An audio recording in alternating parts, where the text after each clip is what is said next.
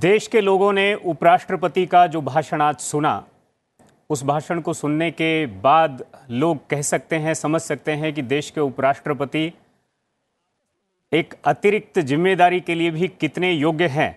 उन्होंने खेती किसानी को लेकर के उसकी उत्पादन, उसकी ब्रांडिंग, उसकी पैकेजिंग, उसकी मार्केटिंग, उन सब के गुर और सबकी समझ क्रिस्टल की तरह किसानों तक पहुंचाने का काम किया अपने इस छोटे से भाषण में।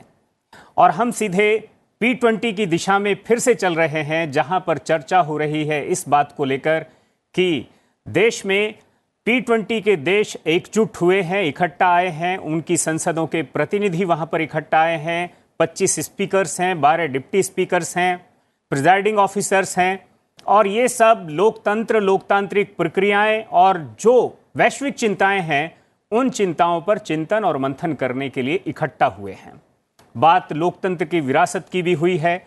जब बात यहां से होती है कि लोकतंत्र की गंगा क्या 1215 में चार्टर ऑफ मैग्ना कार्टा से ही निकली थी, तो उस पर भी भारत अपनी विरासत को लेकर के बोल उठा कि नहीं, भारत लोकतंत्र की जननी है। भारत के जो एंशिएंट डॉक्यूमेंट हैं, जो भारत का नहीं हिंदुस्तान का लिखित जो पहला डॉक्यूमेंट है, ऋग्वेद जिसको कहते हैं, वहां सभा और समिति जैसे शब्दों के जिक्र हैं। और उसकी लास्ट डिक्टेशन तो ये है कि संगच्छध्वम संवदध्वम संवो मनांसी जानताम, और जिसका मतलब होता है come together, think together, and finally execute together. Right, Ramveer, and we have esteemed guests here in the studio to discuss the summit and also the various speeches, particularly the Prime Minister's speech. I have with me Mr. Rajiv Nayan and also Pathikrit Pine. Pathikrit, beginning with you. We saw the P20 open today with the Prime Minister's speech, and among other things, he spoke of, and as Ramveer also mentioned, he spoke of ancient Indian cultural values and how they can be a guiding light to the world.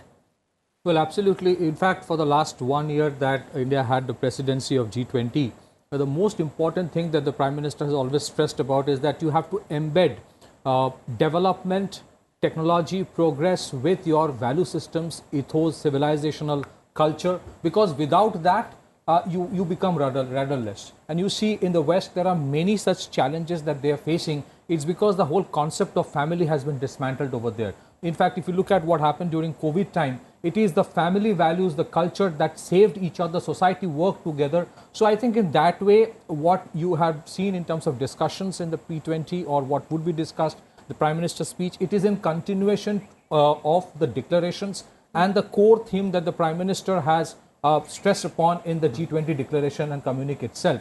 In fact, there are a few other things he mentioned, and he has always been stressed is about the woman-centric development that is important. There are certain templates that India has talked about.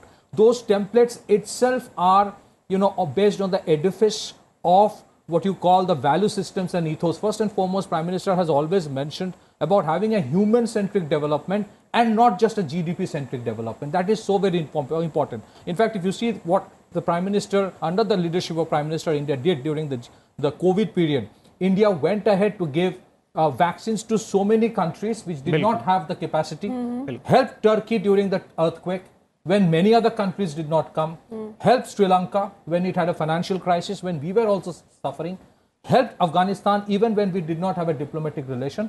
And Prime Minister has always stressed upon something, that this era, it has to be the global South that has to take the lead. India has become the voice of the voiceless countries, and being a country which is the epitome of democracy, called the mother of democracy, that whole concept of democracy has its root in the cultural ethos of India. That's where the importance of culture comes. Right. इसमें एक बात और है, इसी से जोड़ेंगे अगर हम राजीव जी। अभी हम पीछे बात कर रहे थे तो उसमें एक बात ये भी आई कि भाई ये सॉफ्ट पावर और हार्ड पावर है ना, इसको हमें समझना पड़ेगा। दुनिया ने दो वर्ल्ड वार देख लिए हैं, झेल लिए हैं, नतीजा कुछ नहीं निकला, फिर सिमट कर वहीं आते हैं। और हम ये देखते हैं कि कम से कम यूरोप ने ये सबसे ज़्यादा अच्छे से समझा कि युद्ध से कुछ नहीं निकलेगा, इसलिए उसने तो अपने पूरे के पूरे महाद्वीप को एक देश जैसे में कन्वर्ट करने की कोशिश की। और ऐसा दूर तक नहीं दिखता है कि यूरोप में कोई कम से कम दो देशों के बीच में कोई इस तरह का कॉन्फ्लिक्ट होने जा रहा है। क्या विश्व बिरादरी को इस तरह से सॉफ्ट पावर की दिशा में आगे बढ़ने की कोई ज़रूरत आपको लगती है? भारत उसमें कहीं कोई रोल निभा सकता है?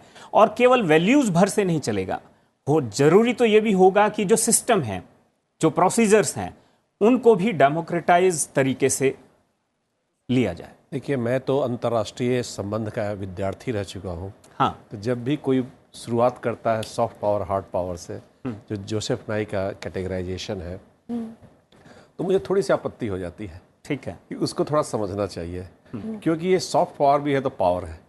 हाँ, और पावर है चाहे सॉफ्ट ही है। आपको अब लोहे का दस्ताना से मारा जा रहा है या वेलवेट का ग्लव से मारा जा रहा है, अंदर तो पावर है। तो वो एक है, तो उस कैटेगराइजेशन से हमें बचने की आवश्यकता है। थोड़ा इसका लूज यूज इस देश में ज़्यादा हो रहा है। ठीक है। तो सॉफ्ट पावर में उनका एक हेजेमोनिक उनका एक मंशा था, जो कि वो उसके लिए उन्होंने कई इंस्ट्रूमेंट्स तैयार किए थे। और लेकिन हमारी जो विरासत अभी आपने बात की, संस्कृति की बात की, कभी भी हेजेमोनिक नहीं रही। ठीक है। देखिए, हमने कभी भी विश्व को विजय की निगाह से नहीं देखा। हमने विश्व में गए तो हम अपनी संस्कृति लेके गए। संस्कृति का प्रयोग, जैसे जो पावर की बात करते हैं, जो रियलिस्ट जिसको पैराडाइम जिसको कहते हैं, उसके जो post second world war period के जो लोग हैं, जो शीतकालीन युद्ध के, उसमें सबसे बड़े विद्वान माने जाते हैं मॉर्गन। उनका एक बड़ा ही एक चैप्टर भी है कल्चरल डिप्लोमेसी, किस तरह से कल्चर से आप शक्ति का प्रयोग कर सकते हैं। तो उन्होंने, लेकिन हम कभी भी अपनी संस्कृति से को शक्ति में परिवर्तित करने का एक जो नकारात्मक सोच नहीं रही है। हमारी बड़ी ही सकारात्मक सोच रही है। और आपने बड़ी अच्छी शुरुआत की कि जब पूरा का पूरा विश्व जो संघर्ष के रास्ते में चल रहा है, तो इस संघर्ष से एक तो मॉडल उभर के आया है यूरोपियन यूनियन का, बिल्कुल, जिसमें अभी भी संघर्ष है।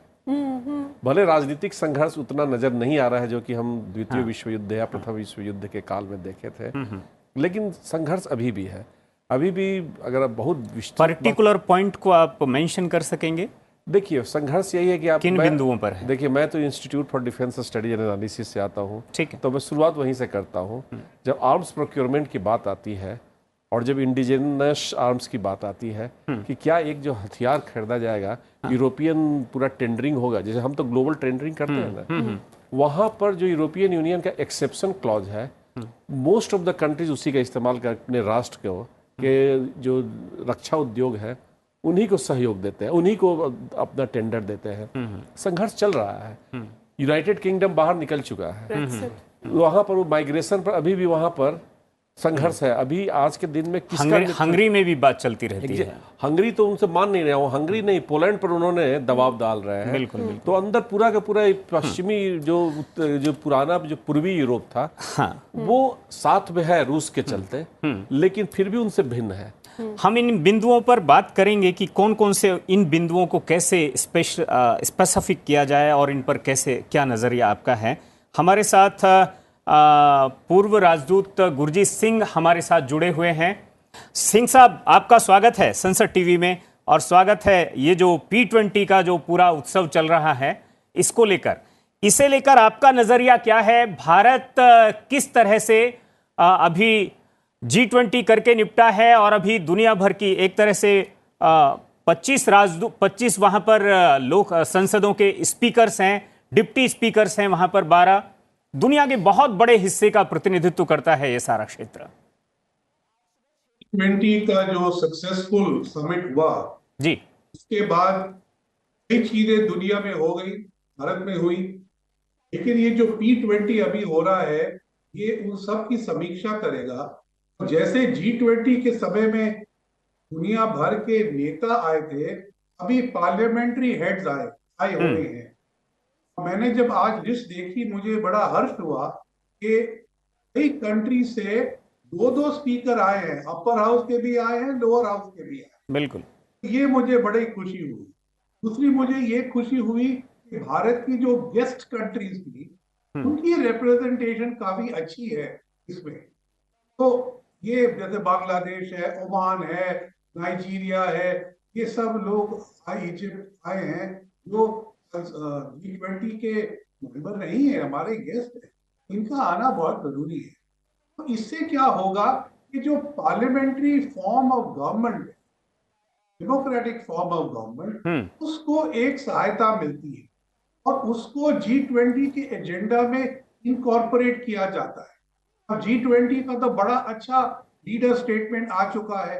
अब ये पार्लियामेंट्स को देखना है कि वो अपने जरिए से यही ऑब्जेक्टिव्स कैसे अचीव करेंगे। अभी जो आप फोटो दिखा रहे हैं, मुझे बड़ी खुशी होती है कि मेरी पुरानी मित्र ओहान महारानी उस बिल्कुल बिल्कुल फोटो में है, जो इस समय इंडोनेशिया स्पीकर है। उनके पिता राष्ट्रपति सुकार्नो होते थे, उनकी माता लिगावती भी राष्ट्रपति रह चुकी है। तो वो बड़ी अच्छी इंटरेस्टिंग पिक्चर है। तो इसलिए मैं समझता हूं कि जो G20 है, इसका एक अपना ही महत्व है। आप उसे सॉफ्ट कहें, हार्ड कहें, ये सॉफ्ट है क्योंकि जो एक निगोसिएशन की वॉर G20 समिट के पहले थी, वो अभी नहीं है क्योंकि वो सेटल हो चुकी है।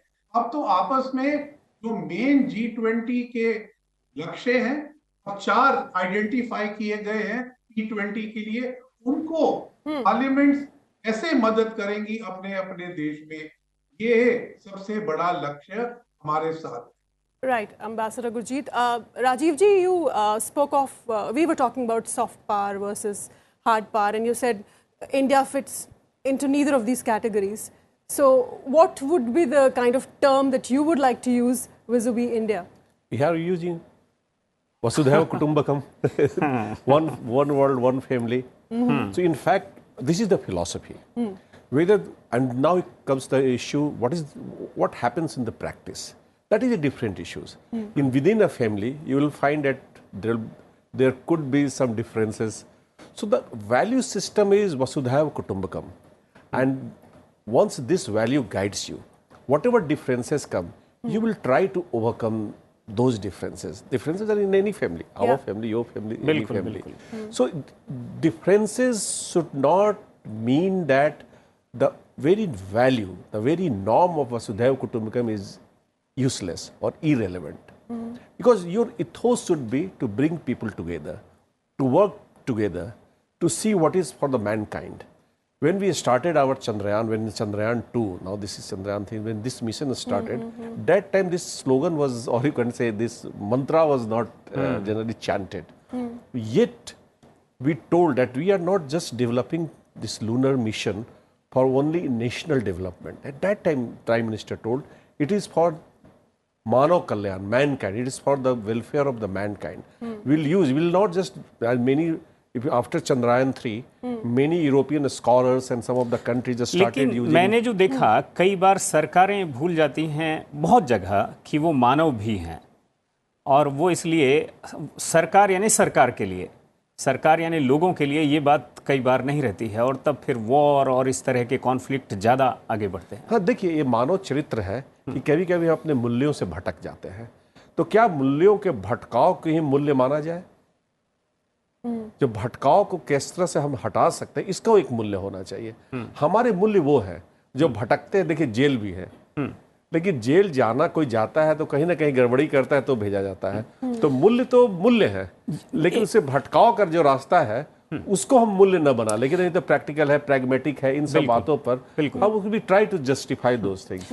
एक यूरोपियन यूनियन को लेकर जो एक बात आपने उठाई की, या मुझे भी ऐसा लगा इसलिए मैंने भी उठाई, कि एक फ्रेमवर्क बना है, उस फ्रेमवर्क में अगर कहीं कुछ लगता है कि कुछ पेच को और ढीला है, उसे कसने की जरूरत है, और वो फिट हो सकता है, तो ऐसे कहाँ एक दो बातें हैं जिनको अगर ठीक करें तो दुनिया ऐसे जी सकती है, ऐसा हम कह सकते हैं? देखिए, उन लोगों ने एक साथ व्यापार करने का सोचा, पहले कॉमन मार्केट जिसको उन्होंने कहा, उन्होंने कॉमन यूनियन बनाने की बात कही। साथ साथ उन्होंने ये लगाई कई सारे जो आर्थिक मुद्दे थे, जैसे स्टार्ट जो शुरुआत उन्होंने की थी, थोड़ा सा कोयले पर कोई एनर्जी के रूप में लेकर क्या उस पर साझा हम कार्य कर सकते हैं। ऐसी कई बातें हैं, जैसे इन्वायरमेंट के बारे में है, कई सारी चीज़ों को लेकर, जो कि जिसे कहते हैं, जैसे आपने अभी बात जोसेफ नाई की थी, जिसको हम लोग अपनी भाषा में बोलते हैं लिबरल इंस्टीट्यूशनलिस्ट। तो वहीं से एक बात आया था, उस पर फिर टर्म्स आ जाता है ज्वाइंट गेन और रिलेटिव गेन। जब पूरे के पूरे रियलिस्ट बात करते हैं, जो पावर वाले, वो कहते हैं कि कोई भी एक देश का जब फायदा होगा दूसरे देश का नुकसान होगा, लेकिन एक कहते हैं कि नहीं, हम साझा भी जो सबका साथ सबका विकास भी हो सकता है, इसको कहते हैं ज्वाइंट गेन्स कहते हैं। हाँ। कि जिसमें कॉमन गेन सबका हो सकता है। तो जो प्रयास जो होती है कि किस तरह से किसी को नुकसान नहीं हो, सबका फायदा हो, ऐसे कई मुद्दे हैं। And although we are talking about common gains and Vasudhaiv Kutumbakam, and that is our philosophy, we follow it to the core and we intend to follow that. But then the Prime Minister's speech, if we listen to that carefully, it is not oblivious of the challenges that the world is facing, because a large chunk of it was focused on terrorism and the threat that it is posing to the world, Pathikrit. And that could be a challenge to achieving that the goal that we have set out to of making the world one family. First and foremost, what Prime Minister has been stating for the last 8-9 years, till date United Nations has not defined what terrorism is. आप जिस चीज को आज तक define नहीं कर पाए, बिल्कुल। और ये जो यूरोपियन यूनियन की बात आती है, ये जो coining of the term good terrorist bad terrorist किसने किया? अच्छा, there is a statement by our external affairs minister, Mr. S. Jaishankar. Last year he said something that Europe must come out of the mindset that Europe's problems are the world's problem, but the world's problems are not Europe's problem. ये जो एक मानसिकता Europe में है कि I am right, और अगर आप मेरे साथ नहीं हो तो आप गलत हो। हाँ। तो जब हम लोग तेल ले रहे थे रशिया से, उस टाइम क्या किया था यूरोपियन यूनियन ने? अच्छा, यूरोपियन यूनियन की बात कर रहे हो, ये that entire funding of the conflict between Ukraine and Russia, इसमें यूरोपियन यूनियन का क्या रोल है? तीसरी चीज है, यूरोपियन यूनियन का फॉरेन पॉलिसी कौन डिसाइड करता है? अमेरिका। तो फिर यूरोपियन यूनियन है क्या? That is something we have to understand कि आज जो क्लाइमेट चेंज की बात आ रही है, मैं एक चीज कहना चाहता हूं, क्योंकि मैं G20 के साथ जुड़ा हूं पिछले 1 साल से एज ए चीफ कोऑर्डिनेटर एक एंगेजमेंट ग्रुप में के साथ। 300-400 साल से इन लोगों ने कोयला का इस्तेमाल किया, अपना डेवलपमेंट कर लिया। जब हिंदुस्तान की बारी आई 140 करोड़ लोगों की डेवलपमेंट की, तब इन्होंने बोल दिया कोयला मत यूज करो। अच्छा, रिन्यूएबल एनर्जी बहुत फैशनेबल टर्म हो गया। बहुत सारे लोगों को यह पता नहीं है कि रिन्यूएबल एनर्जी का ट्रांजिशन जो है, जो इसमें P20 का भी एक थीम है, सस्टेनेबल एनर्जी ट्रांजिशन। क्यों है? रिन्यूएबल एनर्जी जैसे सोलर और विंड, ये वॉलेटाइल होता है। आप इस देश में 3-4 महीने जहां पे बारिश होती है, आपको सोलर मिलेगा उस टाइम। तो ये जो ग्रिड स्टेबिलिटी होता है, आपका ग्रिड कोलैप्स हो जाएगा आप पूरा अगर रिन्यूएबल एनर्जी में एक साथ ट्रांजिट करोगे तो।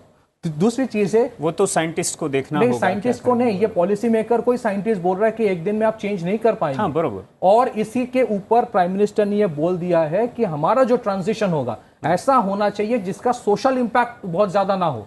एक एग्जांपल मैं देता हूं, रिन्यूएबल, ये जो हम इलेक्ट्रिक कार की बात करते हैं, इलेक्ट्रिक कार अगर पूरा करना है, सब कुछ इलेक्ट्रिक करना है, इसके लिए कितना एनर्जी की जरूरत है, उसका कहां से सोर्सिंग होगा किसी को पता नहीं है। दूसरी चीज है, अगर मानिए एक नेचुरल कैलामिटी होता है, सब ग्रिड कोलैप्स कर जाता है, फिर आप तेल के गाड़ी नहीं है, इलेक्ट्रिक में चलता है, आप कहां से रिचार्ज करोगे?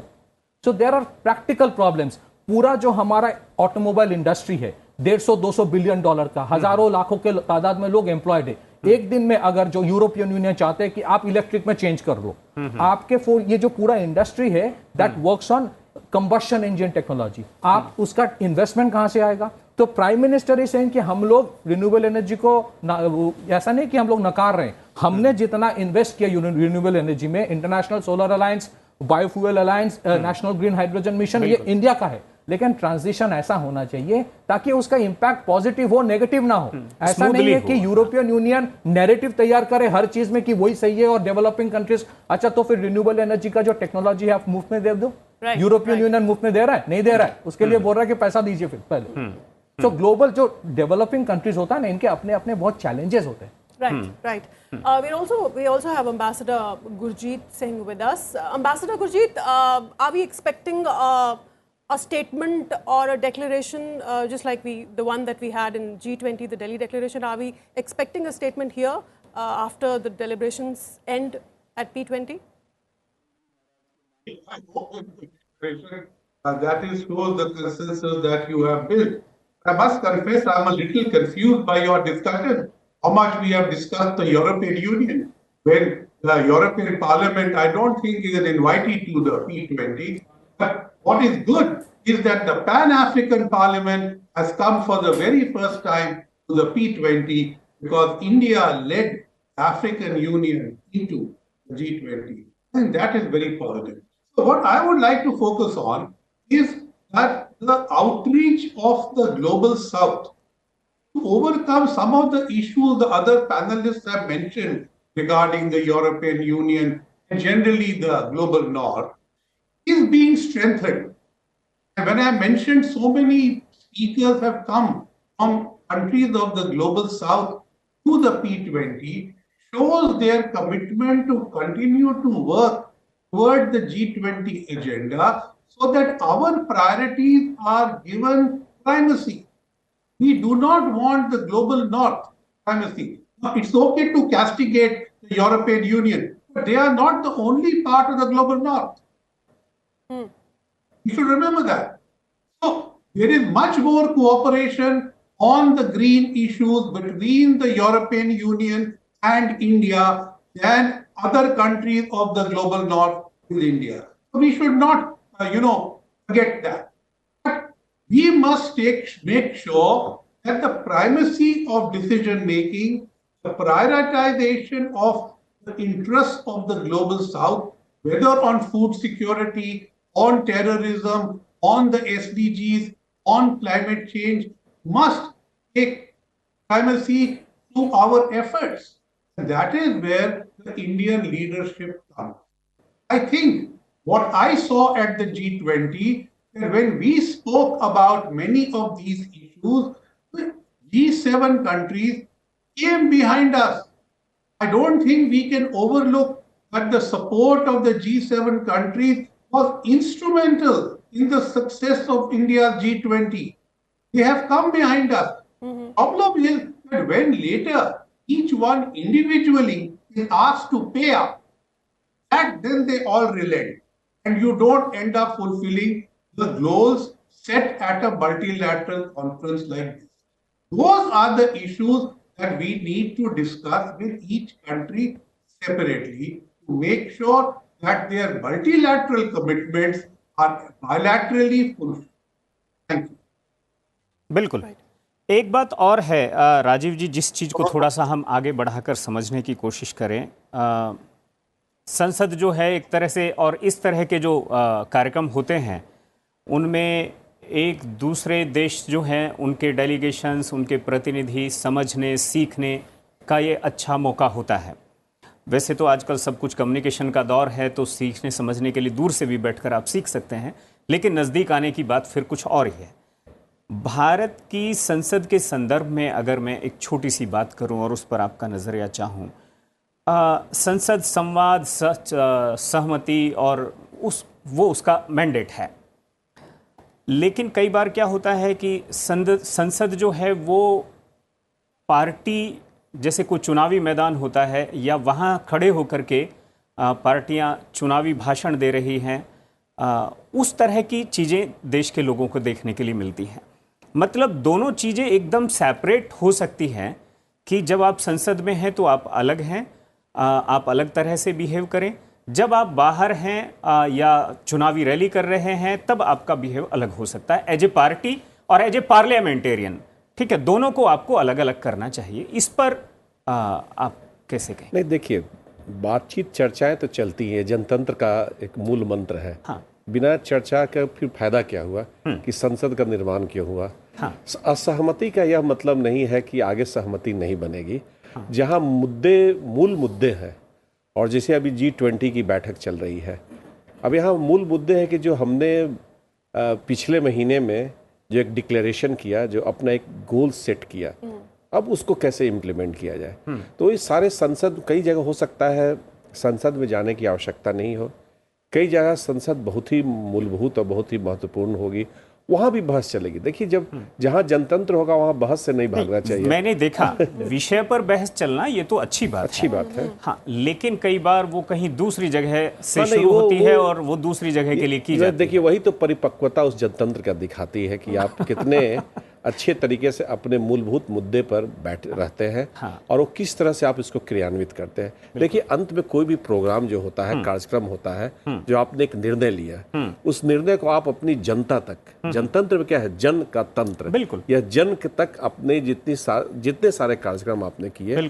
उसको आप कैसे पहुंचाते हैं। अब देखिए, हमारे जो G20 के जो सारे डिक्लेरेशंस हुए थे, उस डिक्लेरेशन से बहुत सारी बातें थी कि डिजिटल डिवाइड, जिस बार का एक मुद्दा भी है, पब्लिक जो डिजिटल प्लेटफॉर्म्स जो है, उसमें देखिए पहली पंक्ति ही आप पढ़िएगा तो उसमें देता है कैसे how to bridge the digital divide जो दुनिया में कर रही है, किस तरह से डेटा का विकास के रूप में, डेवलपमेंट के रूप में इस्तेमाल किया जा सकता है, किस तरह से इंक्लूसिव डेवलपमेंट हो, नॉन डिस्क्रिमिनेटरी, ये सब जनतंत्र की सारे जो फीचर्स हैं। तो किस तरह से इंक्लूसिव इसका ग्रोथ हो, किस तरह से इसका इस्तेमाल किया जाए जो कि ओपन हो, जैसे ओपन डेटा को किस तरह से इस्तेमाल किया जाए, किस तरह से इसमें कायदे कानून के साथ इस्तेमाल किया जाए। देखिए, ये सारी बातें उसमें, किस तरह से कोई भी चीज़ों का गलत इस्तेमाल नहीं हो, ये भी सारी चीज। तो अब इन सारे मुद्दों को लेकर जो कि एक संरचना दे दिया गया है, एक एम्बिशियस प्रोग्राम दे दिया गया है, वो हो सकता है कि उसमें बहुत कई जगह डिटेल्स भी आपको मिलेंगे, कहीं जगह डिटेल्स नहीं है। आपको एक प्रिंसिपल, एक सिद्धांत दे दिया गया है।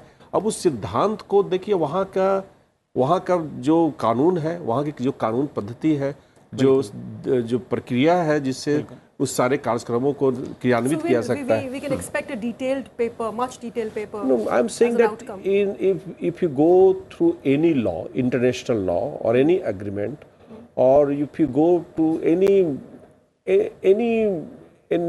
any program sometimes or in joint declarations, so we'll have some sketches, broad principles laid down. Now the task of the executive or even the parliament, depending on the country, the P20. Anything. I'm not just saying G20, but because we are focused to discuss, we are here and we are focused on G20. So let us talk in that context only. So once we start discussing, then you will find that there should be a faithful interpreter of what is principally agreed upon. So then you'll find that, okay, the principles are there in the declaration. Principles are there in the law. I mean, I'm saying law. Principles are there in some trilateral agreement, or even sometimes guidelines are available. But even those guidelines are not enough to provide you operational details whereby you can implement those things. So here comes the role of parliament. Here sometimes even the different executive bodies or even different departments or different ministries, they can also play a role. So what happens, because any parliament is, we assume that it is elected by the people, so they will think about those people. people बिल्कुल। पथिकृत साहब से एक सवाल जो है, इस session का समय भी होने जा रहा है और मुझे लगा कि ये सवाल बहुत महत्वपूर्ण है जो मैं उनसे करना भी चाहता था। एक बात ये भी है, अब मैं कुछ पढ़ रहा था कि भाई कौन कौन से देश हैं जिनकी पार्लियामेंट जो है ज़्यादा डिजिटलाइज हो गई है, तो उसमें ब्राज़ील जो है वो नंबर 1 पर था अभी। तो डिजिटल पार्लियामेंट और डिजिटल डेमोक्रेसी, दोनों चीज़ों को आप कुछ अलग अलग करके देखते हैं या एक ही बात है? डिजिटल पार्लियामेंट का अल्टीमेट ऑब्जेक्टिव होना चाहिए डिजिटल डेमोक्रेसी। और दूसरी चीज़ है, इंडिया क्या सिखाता है कि 140 करोड़ की देश में जहाँ पे डिस्प्यूट्स हो सकता है, लेकिन disputes do not take the shape of a conflict. यहाँ पे जिस तरह से पावर ट्रांजिशन होता है, कोई सरकार, कोई पार्टी हार जाता है तो वो छोड़ के चला जाता है, दूसरा आ जाता है, कोई कॉन्फ्लिक्ट नहीं होता। तो ये एक template for the rest of the world है कि आप में डिस्प्यूट्स और डिफरेंसेस ऑफ ओपिनियन हो सकता है, इसका मतलब ये नहीं कि आप उसको कॉन्फ्लिक्ट में लेके जाए। और जिस तरह से, लेकिन आप खेल के नियम नहीं बदलते, खेल के नियम नहीं बदलते। जिस तरह से डेमोक्रेसी यहाँ पे, वो हमारे जैसे इलेक्शन होते हैं, 140 करोड़ की देश में इलेक्शन इतना स्मूथली करना, this is a template for the rest of the world. India ये सिखाता है कि हम लोग जब सोल्यूशंस की बात करते हैं, ये जरूरी नहीं कि हर एक सोल्यूशन ग्लोबल नॉर्थ से आएगा, ये जरूरी नहीं कि हर एक सोल्यूशन डेवलप कंट्री से आएगा। आज इंडिया जैसे बहुत सारे ऐसे देश है जहां पे जो टेम्पलेट है, this is the best for the world. हमारे डेमोक्रेसी जैसे काम करता है, और जिस तरह से नया पार्लियामेंट हुआ, जिस तरह से पार्लियामेंट से ही डिजिटल पब्लिक इंफ्रास्ट्रक्चर के ऊपर स्ट्रेस दिया गया, कोविन ऐप से लेके शुरू करके जो जैम, जनधन आधार मुद्रा, जो Jan Dhan Aadhaar mobile, jam Trinity जिसको कहा जाता है, जिस तरह से डायरेक्ट बेनिफिट ट्रांसफर होता है, जिस तरह से मानिए कि आपको एट इन योर मोबाइल आपको सब कुछ मिल जाता है, ये ट्रांजिशन जो है, जिस तरह से डिजिटल पेमेंट, बहुत सारे देश सोच रहे थे कि हिंदुस्तान जैसे देश में कोई ऐसा हो कर ही नहीं सकते। इस देश में इस प्लेटफॉर्म पर गरीब और अमीर आदमी एक साथ खड़ा है। $1.5 ट्रिलियन का ट्रांजैक्शन लास्ट ईयर हुआ था। This is bigger than the combined transactions of US, UK, France, Italy and a few other countries together. इतना डिजिटल ट्रांजैक्शन इस देश में हो रहा है। ये सारे जो चेंज है, बदलाव है, ये पार्लियामेंट से ही तो बदलाव आ रहा है। पार्लियामेंट में ही इसका जो क्या कहते हैं कि आप लॉ पास कर रहे हो। मैं एक एग्जांपल देना चाहता हूं, जस्ट लास्ट वन, कि ये जो डायरेक्ट बेनिफिट ट्रांसफर है, जिस तरह से आप बिचौलियों को बीच में से साइड करके पूरा डायरेक्टली ट्रांसफर कर रहे हो, उससे पिछले 9 साल में सरकार ने $27 बिलियन सेव किया है। और वो $27 बिलियन क्या होगा? वो डेवलपमेंट काम, सोशल ह्यूमन डेवलपमेंट में ही काम आ जाएगा। किस देश ने 200 करोड़ वैक्सीन मुफ्त में दे दिया, उसके बाद भी 90+ अदर कंट्रीज को दे दिया? तो these are templates of human centric development through democracy, through a parliament that Prime Minister has always talked about and shown the template for the rest of the countries to emulate. India तो बोल रहा है मेरा ये template है, आप लीजिए, आप भी करिए डिजिटल पब्लिक इंफ्रास्ट्रक्चर का। तो मुझे लगता है इस हिसाब से it is not just about how digitise the parliament is, but how the digitisation is being implemented across the country for human development, human centric development, to the last person. Yes, absolutely. To say, Antodaya to the last person. बिल्कुल जी। इस सारी बातचीत को अगर हम थोड़ा सा पथिकृत साहब ने इसको ठीक से समझाने की और समझने की हमने भी कोशिश की, लेकिन एक बात होती है कि कनेक्ट होना, जो लोकल गवर्नमेंट की जो बात है, वहाँ तक प्रधानमंत्री ने भी आज अपने भाषण में उसका जिक्र किया। वहाँ पर पंचायत टू पार्लियामेंट जो कनेक्शन की बात रही, इस देश में लोग करते रहे हैं। जब डिजिटल प्लेटफॉर्म के तौर पर हम हर सेक्टर में इतना मेजर एक तरह से हम कुछ करके दिखा दे रहे हैं, आपको लगता है कि आने वाला समय उस दिशा में है कि हम डेमोक्रेटिक जो पिक्चर है उसमें भी उसका बहुत बड़ा रोल तय करने वाले हैं? निश्चित ही। देखिए, इस बात को आप जैसे अभी उन्होंने काफ़ी डेटा दिया, अब डेटा को और ज़्यादा अगर व्यापक रूप में देखेंगे तो पाएंगे कि कोरोना के समय से, माने कोविड के बाद से ही, चाहे उसके पहले जब हमने मुद्रा को थोड़ा रोका था, जो 100-500 रुपए का जो हमने बदलाव किया था और बाकी का, उसके बाद देखिए कि आपको यहाँ तक कि सड़क के भिखारी भी अपने पास एक कोड रखे हुए थे कि आप भिक्षा दे सकते हैं उससे। तो इसको कहते हैं, मैंने इसीलिए कहा कि राजा और रंक एक ही प्लेटफॉर्म पर खड़ा था। एक संस्कृति आप किस तरह की आप धीरे धीरे कर उसको पैदा करते हैं, कैसे उत्पादित करते हैं। और ऐसा क्या है कि पंचायत में नहीं पहुंच सकता है। देखिए, इस पर बहुत दिन से एक प्रयास चल रहा था। कुछ होता है जिसे कोई भी नई तकनीकी आती है, थोड़ा सा रेसिस्टेंस होता है, लेकिन जब आप उसके फायदे डेमोन्स्ट्रेट करने लगते हैं तो ओवर द ईयर्स, कुछ दिनों के पश्चात आप पाएंगे कि लोग जब एक उदाहरण देखेंगे जब और देखेंगे इसमें फायदे हैं तो उसे अपनाना शुरू कर देते हैं। तो देखिए, एक प्रयास था, वो उसका फायदा देख रहा है। अभी ऐसा आपने देखा था, उपराष्ट्रपति महोदय ने बताया किस तरह से विश्व व्यापार में हम पहुंच सकते हैं। तो उसी तरह देखिए, आपका केबल चैनल जो है, कभी किसी ने, कई बड़ी कंपनियां जो है, उन्होंने सोचा नहीं था कि ये गांव-गांव तक पहुंच चुका है केबल, और गांव-गांव तक जो डिजिटल टेलीविजन पहुंच चुके हैं।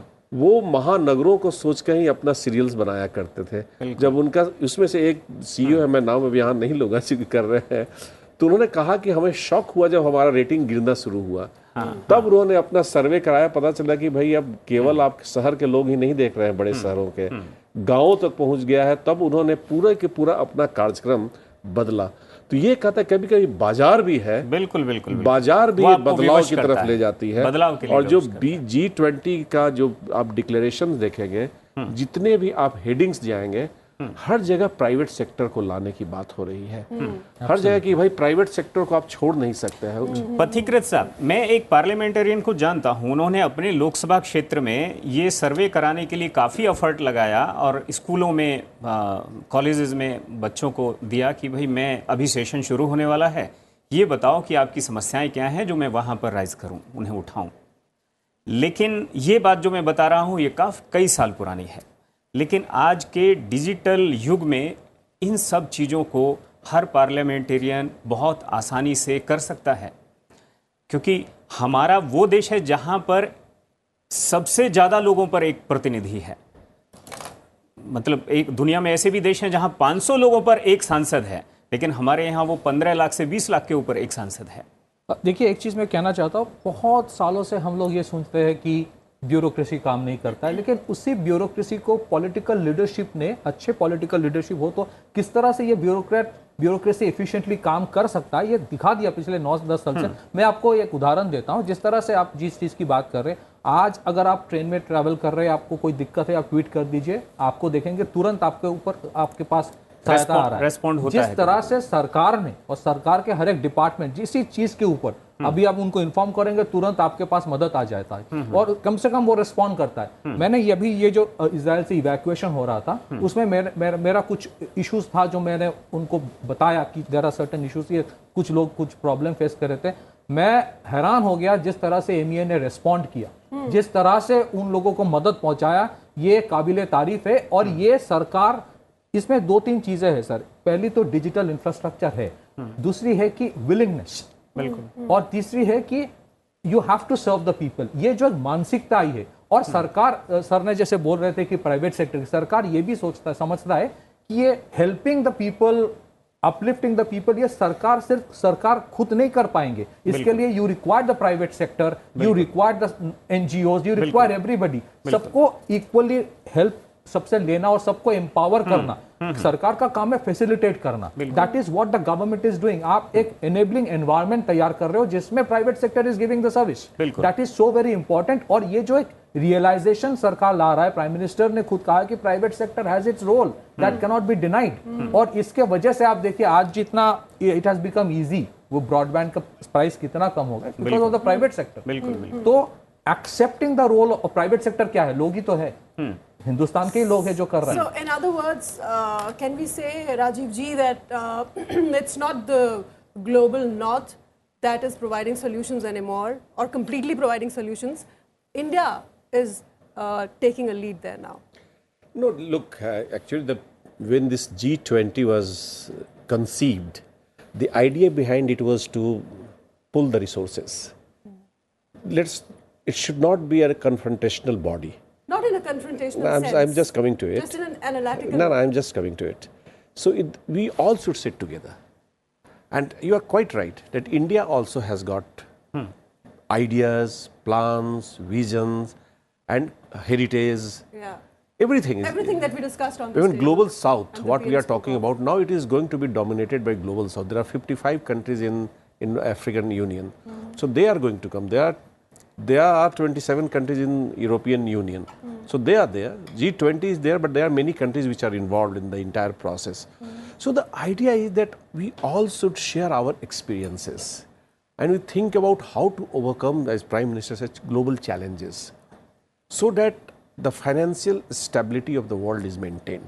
This is the basic objective. Sometimes what happens, not only financial order or global economic order, which alone can provide stability. So there are many other factors which may affect the stability of the economic order or financial order. So then we started thinking about other issues also. Terrorism.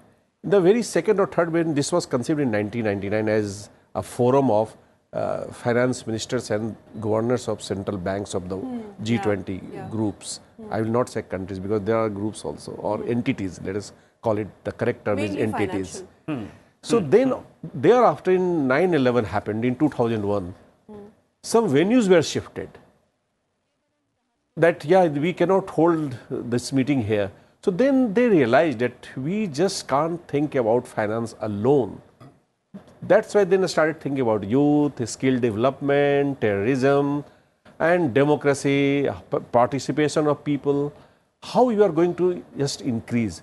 So now we are discussing in a very broad way, and India took the leadership, and the way we, as he told that 1 year, people like him worked, people like him. Engagement जरूरी है. Engagement पहले से भी था, लेकिन a different kind, very intense. India started a very intense engagement. All inclusive. All inclusive. Exactly. If you read the statement, you will find the word inclusive, as you pointed out, so at so many places. And this is the idea. The moment you are bringing different countries together, different groups together, different entities together, you will have to have inclusive in your approach. And discussing everything that matters in this world today. Exactly. Every possible issue. Of course, the core issue is finance, but anything which can affect the financial order or the financial system, global financial system, need to be discussed. Everything should be discussed. This is the basic objective, and then you'll find that different headings are there. If you don't have, as he said, transitional energy system, then how will this growth take place? Right. If gender is not discussed properly, if women are not given proper participation, it is one of the sessions, exactly. If they are not skilled, then how will they develop? Half of the population of the world is not educated, is not contributing to the growth of the system. बिल्कुल. Do you think that you can contribute to the stability of a system? So these are the issues. These are the broad vision. और मुझे लगता है कि इन्हीं सब issues को लेकर के यशोभूमि में सारा चिंतन मंथन जो है वो चल रहा है कि वैश्विक चिंताएं और चुनौतियां क्या हैं. पथिकृत साहब हमारे साथ बने हुए थे, आपका बहुत बहुत शुक्रिया. और हम सीधे चलते हैं यशोभूमि में, जहां टीपू फतेह हमारे साथ में हैं. टीपू, आप वहां पर क्या कुछ देख पा रहे हैं, और जो सेशन हुआ है पहले और जो सेशन अब होना है, दोनों को लेकर के वहां जो कुछ आपने देखा वो हम सब तक भी पहुंचाइए. देखिए रामवीर, यहाँ पर जिस तरह से पर्यावरण की चिंता को लेकर के कल जो प्री समिट हुई उसकी जानकारी संसद टीवी के माध्यम से हमारे तमाम साथी, सहयोगी और एंकर लगातार सवेरे से आज तक वो दे रहे हैं. आज की अगर मैं आपको बात करूं कि देश के प्रधानमंत्री नरेंद्र मोदी ने इसका बाकायदा उद्घाटन किया, और बहुत ही 24 से 25 मिनट का जो रामवीर उनका भाषण था, बहुत ही सारगर्भित भाषण था. उन्होंने बताया कि किस तरह से ये जो महान देश भारत है, राष्ट्र है, ये किस तरह से मदर ऑफ डेमोक्रेसी है. ये एक झटके में नहीं बना.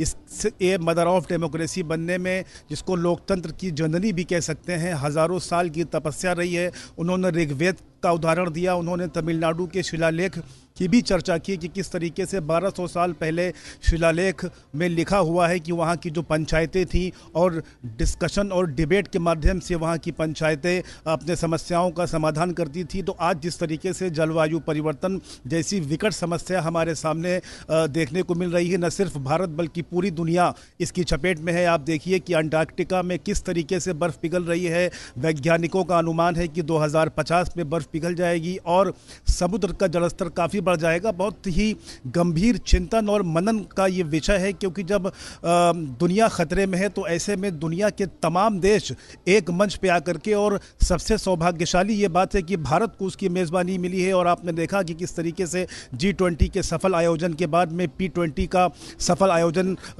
अभी हो रहा है. उसके अलावा जैसे जिस तरीके से तमाम विषयों पे चर्चा हुई, SDG पे भी चर्चा हुई कि कैसे मिलेनियम डेवलपमेंट गोल 2015 में ख़त्म हो गया. अब SDG यानी सस्टेनेबल डेवलपमेंट गोल की समीक्षा के तहत कितनी प्रगति इस पर हुई है, इस पर भी दुनिया के ये 30 देश इकट्ठा होकर के इस पर चिंतन मनन कर रहे हैं. तो काफ़ी रुचि के साथ में तमाम डेलीगेशन की जो भाव भंगिमा है वो देखने को मिल रही है. उनमें चिंता नज़र आ रही है कि कैसे ये जो विकट समस्या है इससे पार पाया जा सके. क्योंकि आप देखिए, अगर मैं अंटार्कटिका की बात करूँ जलवायु परिवर्तन को लेकर के, वहाँ पर भी गंगोत्री है, मैत्री है, जो वहाँ के स्टेशन है. भारत के वैज्ञानिक लगातार वहाँ पर शोध कर रहे हैं, और तमाम देशों के जो वैज्ञानिक हैं वहाँ पर शोध कर रहे हैं. तो लोग चाहते हैं कि हम एक मंच पर आएँ और एक जो वॉइस हो उसको लेकर के इस पर्यावरण के संरक्षण की दिशा में. क्योंकि आप देखिए कि पर्यावरण ने हमको बहुत कुछ दिया, प्रकृति ने मानव को बहुत कुछ दिया, लेकिन मानव ने प्रकृति को क्या दिया, ये एक सोचने का विषय है. क्योंकि अगर हम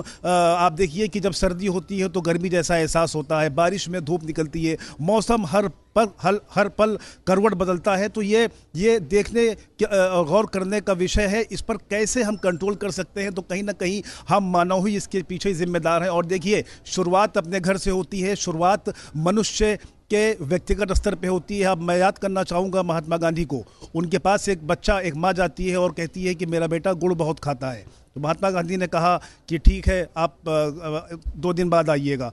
तो 2 दिन बाद जब पहुंची तो उन्होंने कहा कि बेटा गुड़ मत खाया करो. तो तो उन्होंने कहा कि आप महात्मा जी ये बात तो आप उस दिन भी कह सकते थे। तो बोले कि नहीं, मैंने उस दिन इसलिए नहीं कहा क्योंकि मैं खुद भी मीठा ज़्यादा खाता था, गुड़ ज़्यादा खाता था, तो मैंने भी कंट्रोल किया, छोड़ा, तो मैंने उस बच्चे को कहा कि तुम मत खाया करो। तो बहुत बड़ा संदेश राष्ट्रपिता महात्मा गांधी ने दिया कि जिनको आज भी पूरी दुनिया याद करती है। आज भी जो पूरी दुनिया का राष्ट्राध्यक्ष अगर आता है तो महात्मा गांधी की समाधि पर जा करके श्रद्धांजलि अर्पित करता है। तो आज जो तमाम 30 देशों के लोग आए हैं वहाँ पर जाएंगे, आज का कार्यक्रम भी है रामवीर शामिल। तो देखिए, शुरुआत खुद से करनी पड़ेगी, और जब शुरुआत खुद से करनी पड़ेगी तो कोई भी चीज़ मुश्किल नहीं है। यही संदेश देश के प्रधानमंत्री ने दिया कि ये 140 करोड़ देशवासियों के ज़रिए से उन्होंने 30 देशों से जो लोग आए उनका स्वागत किया और कहा कि ये इस देश की लोगों की इच्छा शक्ति है, जो तमाम जो बड़े से बड़े काम हैं, जो कार्य हैं, वो कामयाब हो रहे हैं। उन्होंने मिशन मून की भी मिसाल दी, किस तरीके से चंद्रमा पर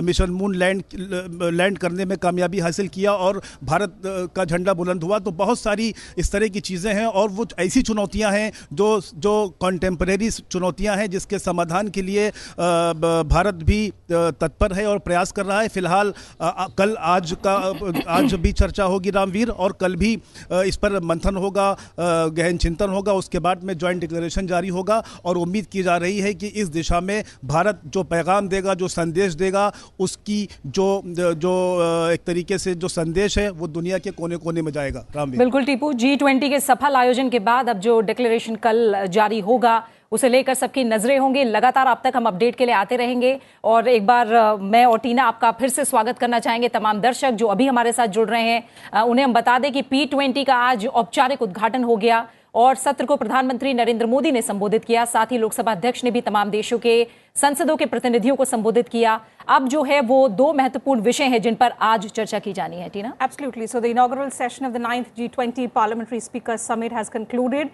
Prime Minister Modi inaugurated the summit, as my colleague rightly told you, at the Yashobhoomi, a newly built convention center. This is the first international event that is taking place at the convention center.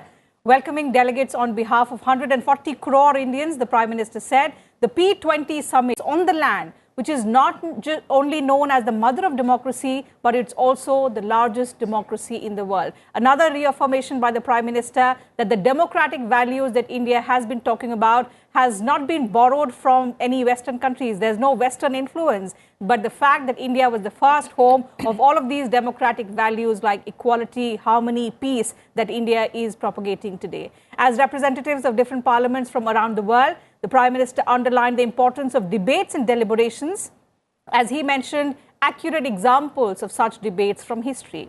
Besides, he also informed that assemblies and committees have found a mention in the 5,000-year-old Vedas and scriptures of India, where collective decisions were made for the betterment of society. So credible evidence present in the history of India, reaffirming the fact that it was India that was the first home of democracy. He also touched upon the constant evolution of and strengthening of the parliamentary traditions of India with time.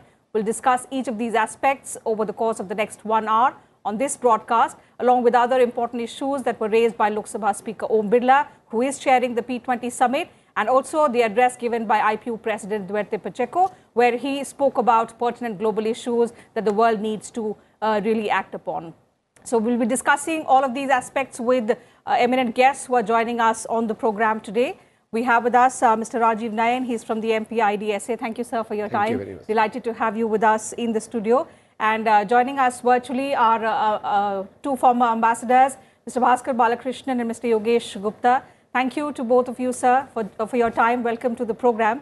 Dr. Nayan, allow me to begin the program today with you first. And, you know, since it's the top of the hour, we just began by asserting on the kind of issues the Prime Minister raised at his inaugural address. What has been the biggest significant takeaway?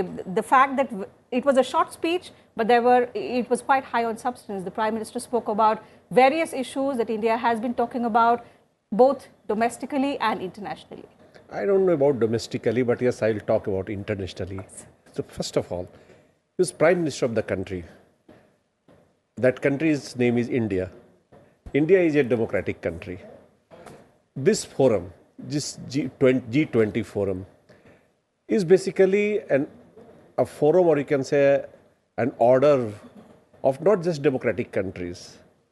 It's a forum of several countries. This is this is forum accommodates several other countries or several other types of systems or political systems.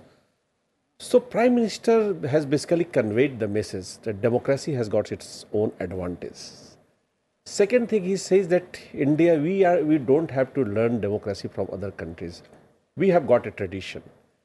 We have got the system which will cater to the need of people, and whatever we have decided upon in the G20 declaration can be better delivered through democratic system, through the parliamentary systems.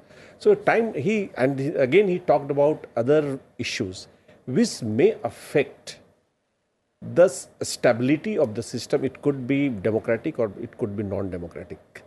And that is terrorism. Terrorism kind of menace which the world is facing. And the need for peace and development. If you don't have peace, then whatever financial order, financial stability or anything what you are talking about, international economic order, will not come into being properly. I'm saying it may exist, but it will be under crisis all the time. So just to overcome the crisis, he has also enumerated the challenges, all the forces which may disrupt, and disruption is becoming a buzzword in the modern lexicon, which is being emphasized upon, whether he was talking about supply chain resilience, once you are talking in terms of or in the realm of economy, or if you are talking in other realms also. So disruption, political disruption or security disruption should also be looked upon. So Prime Minister has given a vision where we should not just focus on some of his sentences, overall philosophy which he has provided and he has delivered to the world. And that is quite important, that needs to be understood. And the Prime Minister of Bharat, has told the world that look, we can contribute to the world, to the world in the sense that not only through a good political system, but also in a very balanced and integrated system, whereby people's needs could be holistically addressed upon.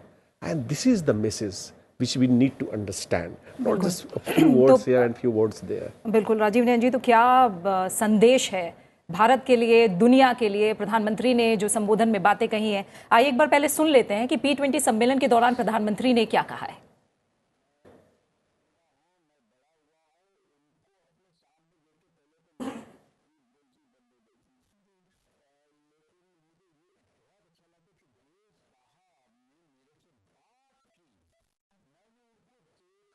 We'll try and play it out once again for you. Due to some technical glitch, we couldn't hear the audio. But Dr. Nayan, you made a valid point, and let me take that to the ambassador. The fact that apart from the four themes that India has highlighted, Ambassador Balakrishnan, which include and which sets an inclusive and development-oriented agenda, which is accelerating SDGs, sustainable green transition, women-led development, and transformation in people's lives through public digital platforms. The Prime Minister added another dimension, and which is very timely. He spoke about terrorism. The fact that the world today is grappling with this menace, but the irony is, even today, there is no consensus on a uniform definition of terrorism. And with that hope that parliaments must at least work towards addressing the issue of terrorism.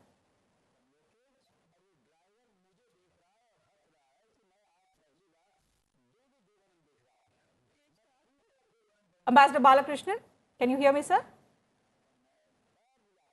Yeah, I sort of lost the connection for a few minutes here. Yes. So I'll hand the floor to my colleague, Yogesh Gupta, and then I'll intervene. Sure, Ambassador Gupta, yes. Yes, I think the most important point, since this summit is basically it involves the parliaments, the most important point in the Prime Minister's speech was about India's old democratic traditions, going back to the 3rd century BC and so on. And the Prime Minister narrated how over the centuries, over the years, over the decades, how our democratic traditions have been enriched.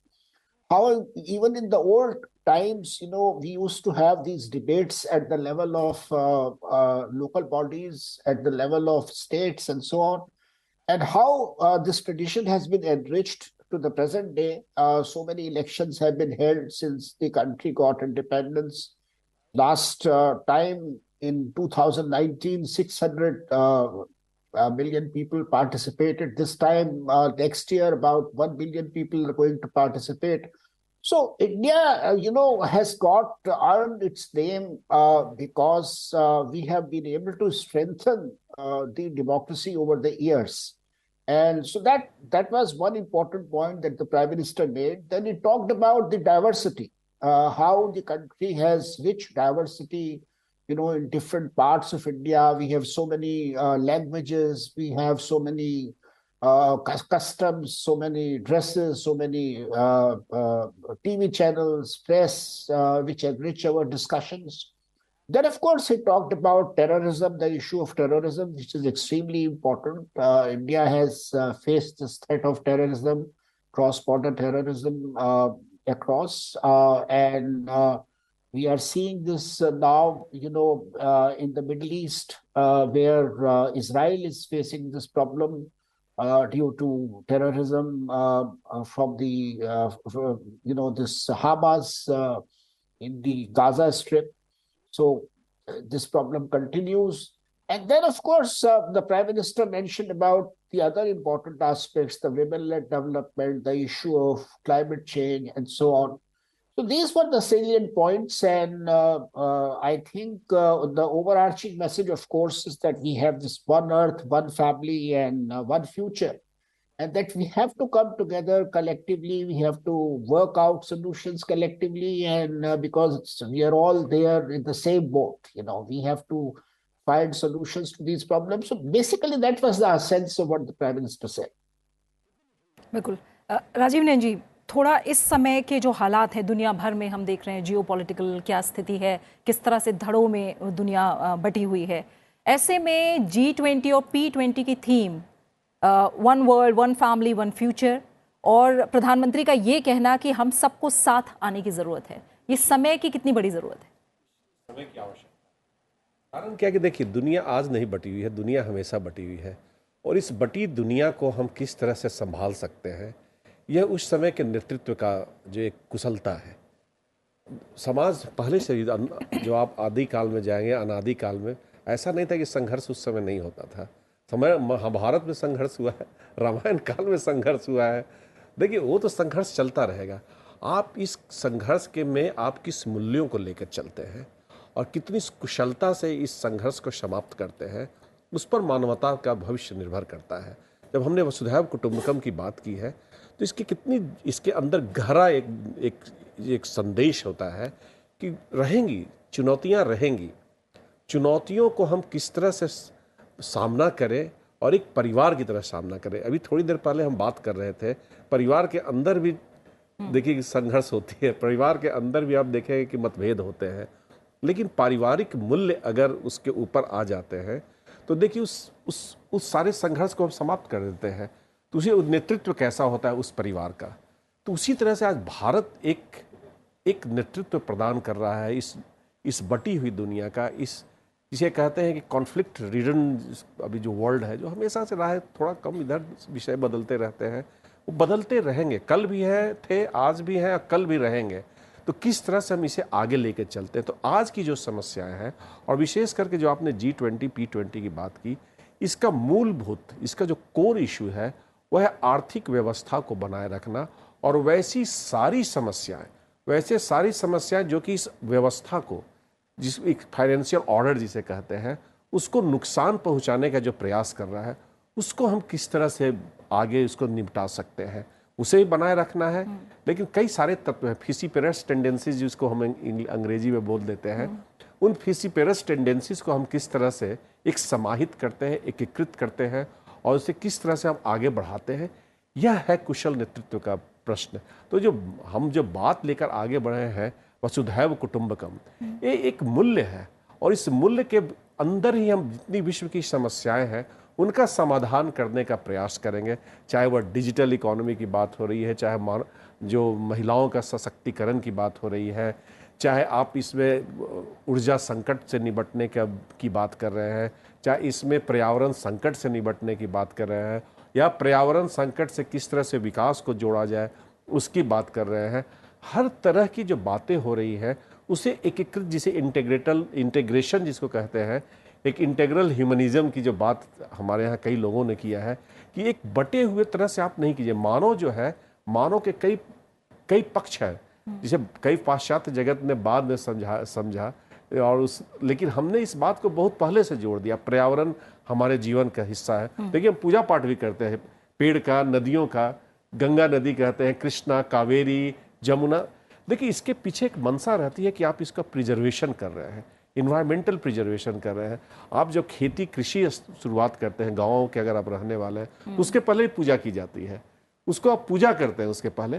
तो एक तरह से हमने अपनी संस्कृति में, हो सकता है क्यों करते हैं उसका कारण युगांतर में, युग में भूल जाता है लोग, लेकिन एक जो ऑब्जेक्टिव है, जो मूल है, उसे समझना। उस भारत की जो चुनौती है, हम अपने संस्कृति में सांस्कृतिक विरासत को एक जो लॉजिकल तार्किक तरीके से हम दुनिया को बताने का, वो हमारा प्रयास है और हम इसमें हो सकता है सक्षम हो। प्रयास चल रहा है प्रधानमंत्री। In fact, Dr. Nayan, as we speak, the first thematic session on accelerating SDGs is underway at Yashobhoomi, which is the summit venue. Before I go across to Dr. Balakrishnan and get his views about what the Prime Minister said, a quick word from my colleague Amrendra, who's joining us from the venue. Amrendra, tell us about what happened at the inaugural session, because you were there witnessing live. What is the kind of sentiment that prevailed among the delegates? And after the session ends, I'm sure you will be getting us views of the delegates about what kind of views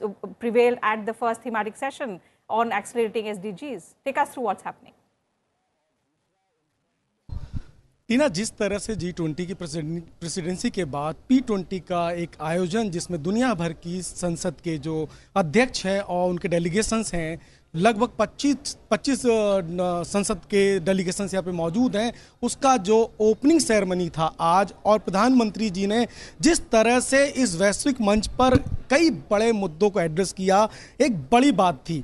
प्रधानमंत्री जी ने साफ तौर पर कहा आज के उद्घाटन सत्र में कि किस तरह से आतंकवाद एक बड़ी समस्या है, और उन्होंने 13 दिसंबर 2001 की घटना का जिक्र करते हुए कहा कि जब भारत की संसद पर एक देश का सबसे बड़ा हमला हुआ था, लोकतंत्र की आत्मा को घायल किया गया था, और ये भारत भले उससे उबर आया हो, लेकिन आज पूरी दुनिया आतंकवाद से लड़ रही है, जिसका कि हमें सार्वजनिक तौर पर, सामूहिक तौर पर बैठकर मंथन करना चाहिए, और P20 का मंच उसके लिए एक अहम, एक उपयोगी मंच साबित हो सकता है। इसके अलावा उन्होंने बॉर्डर टेररिज्म की बात की कि जिस तरह से बॉर्डर पर टेररिज्म है वो सिर्फ भारत में ही नहीं, पूरी दुनिया में है। इसके अलावा भी उन्होंने जिस तरह से जलवायु परिवर्तन की बात की, और ग्लासगो का अगर COP26 का जो भारत ने लीड ली है, उसकी भी एक इंपॉर्टेंस रही है। और अगर 20 अक्टूबर 2022 का वो केवड़िया का अगर आपको इवेंट याद होगा, जब भारत ने पहली बार जलवायु परिवर्तन के मुद्दे पे बड़ा लीड लेते हुए दुनिया को आह्वान किया था,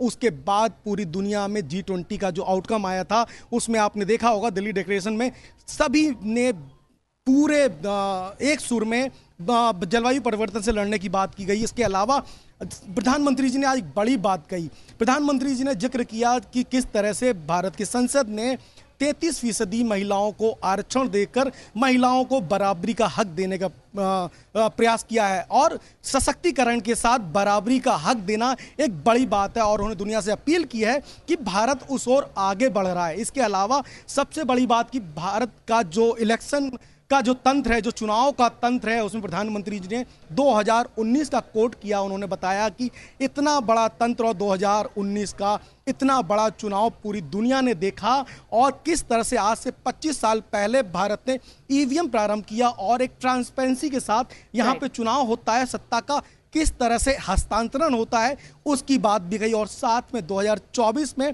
पूरी दुनिया को इस वैश्विक मंच पर एक बार पुनः आह्वान किया कि हम आपको होस्ट करने के लिए तैयार हैं, आप भारत की जो चुनावी प्रक्रिया है उसको आकर करीब से देखिए। तो कुल मिला के कहा जाए तो प्रधानमंत्री जी ने वो सभी वैश्विक मुद्दों को यहाँ पर आवाज़ दी है। और सबसे बड़ी बात अगर मैं कहूँ कि P20 की, कि भारत ने, अगर हम देखें प्रधानमंत्री नरेंद्र मोदी के नेतृत्व में, अगर जिस तरह से 2014 से लेके और लगभग 9.5 साल का उनका कार्यकाल हो चुका है, उसमें प्रधानमंत्री जी ने लगभग वो सारे मुद्दे एड्रेस किए जो वैश्विक लेवल पे, वैश्विक चुनौतियां पूरे विश्व के लिए साझा तौर पे मानी जा सकती हैं। वसुधैव कुटुंबकम की जो भावना है, यानी कि पूरी दुनिया हमारा घर है और हमें मिलकर सामूहिक तौर पर उन समस्याओं को एड्रेस करना चाहिए और उसको हल करने का प्रयास करना चाहिए। जी टीना। Okay, so we will come back, Amrendra, and understand from you about what kind of views have emerged